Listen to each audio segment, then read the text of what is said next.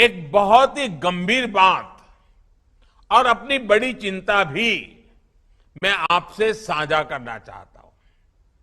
और ये चिंता इतनी बड़ी है कि एक बार हिंदुस्तान के एक प्रधानमंत्री को 15 अगस्त को लाल किले के भाषण में इस चिंता को व्यक्त करना पड़ा था।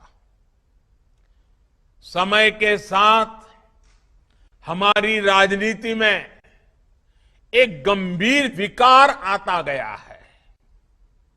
राजनीति में जनता को सच बताने का साहस होना चाहिए, लेकिन हम देखते हैं कि कुछ राज्यों में इससे बचने की कोशिश होती है। ये रणनीति तत्कालिक रूप से अच्छी राजनीति लग सकती है, लेकिन ये आज के सच को, आज की चुनौतियों को कल के लिए, अपने बच्चों के लिए, अपनी भावी पीढ़ियों के लिए टालने वाली योजना है। उनका भविष्य तबाह करने वाली बातें हैं। समस्या का समाधान आज ढूंढने के बजाय उनको ये सोच करके टाल देने की कोई और इसको समझेगा, कोई और सुलझाएगा, आने वाला जो करेगा करेगा, मुझे क्या, मैं तो 5 साल 10 साल में चला जाऊंगा। ये सोच देश की भलाई के लिए उचित नहीं है। इसी सोच की वजह से देश के कई राज्यों में आज पावर सेक्टर बहुत बड़े संकट में है। और जब किसी राज्य का पावर सेक्टर कमजोर होता है तो इसका प्रभाव पूरे देश के पावर सेक्टर पर भी पड़ता है और उस राज्य के भविष्य को अंधकार की ओर धकेल देता है। आप भी जानते हैं कि हमारे डिस्ट्रीब्यूशन सेक्टर में लॉसेस डबल डिजिट में हैं, जबकि दुनिया के विकसित देशों में ये सिंगल डिजिट में बहुत नगण्य है।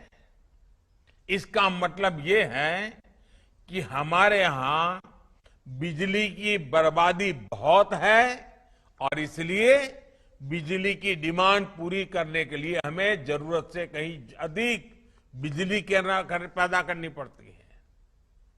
अब सवाल ये है कि डिस्ट्रीब्यूशन और ट्रांसमिशन के दौरान तो जो नुकसान होता है उसे कम करने के लिए राज्यों में जरूरी निवेश क्यों नहीं होता? इसका उत्तर ये है कि अधिकतर बिजली कंपनियों के पास फंड की भारी कमी रहती है। सरकारी कंपनियों का भी ये हाल हो जाता है। इस स्थिति में कई कई साल पुरानी ट्रांसमिशन लाइनों से काम चलाया जाता है, नुकसान बढ़ता जाता है और जनता को महंगी बिजली मिलती है। आंकड़े बताते हैं कि बिजली कंपनियां बिजली तो पर्याप्त पैदा कर रही है, लेकिन फिर भी उनके पास जरूरी फंड नहीं है और ज्यादातर ये कंपनियां सरकारों की हैं।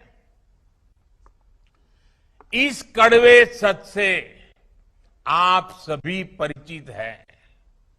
शायद ही कभी ऐसा हुआ हो कि डिस्ट्रीब्यूशन कंपनीज का पैसा उनको समय पर मिला हो। उनके राज्य सरकारों पर भारी भरकम ड्यूज रहते हैं, बकाया रहते हैं।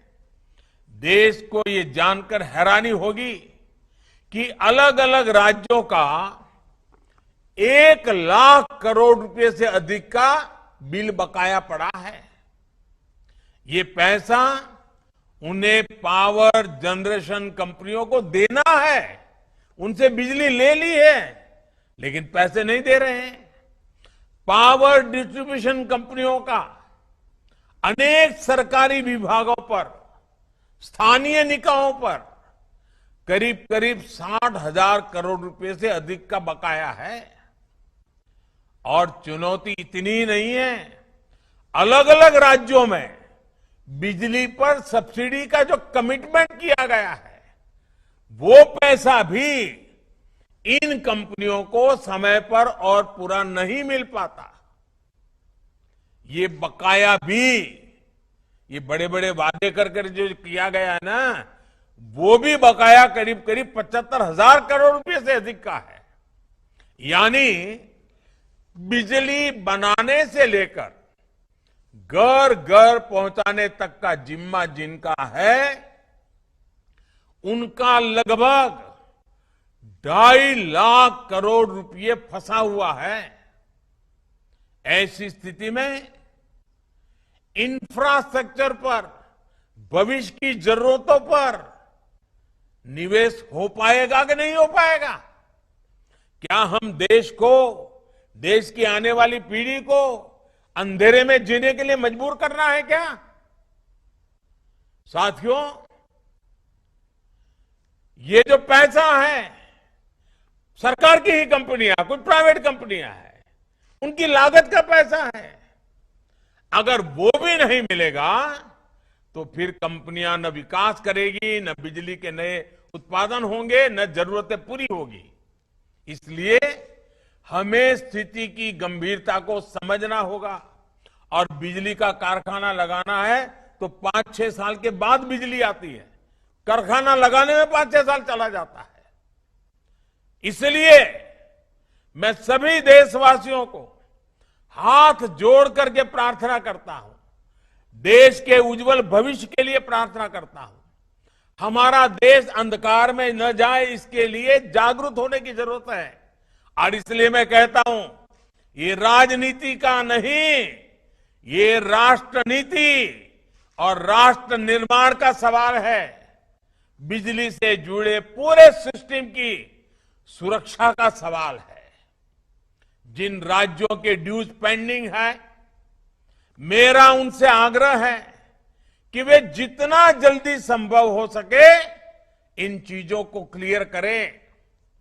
साथ ही उन कारणों पर भी ईमानदारी से विचार करें कि जब देशवासी ईमानदारी से अपना बिजली का बिल चुकाते हैं, तब भी कुछ राज्यों का बार बार बकाया क्यों रहता है?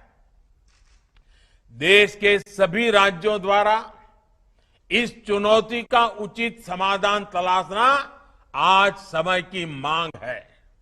साथियों, देश के तेज विकास के लिए बहुत जरूरी है कि पावर और एनर्जी सेक्टर का इंफ्रास्ट्रक्चर हमेशा मजबूत रहे, हमेशा आधुनिक होता रहे।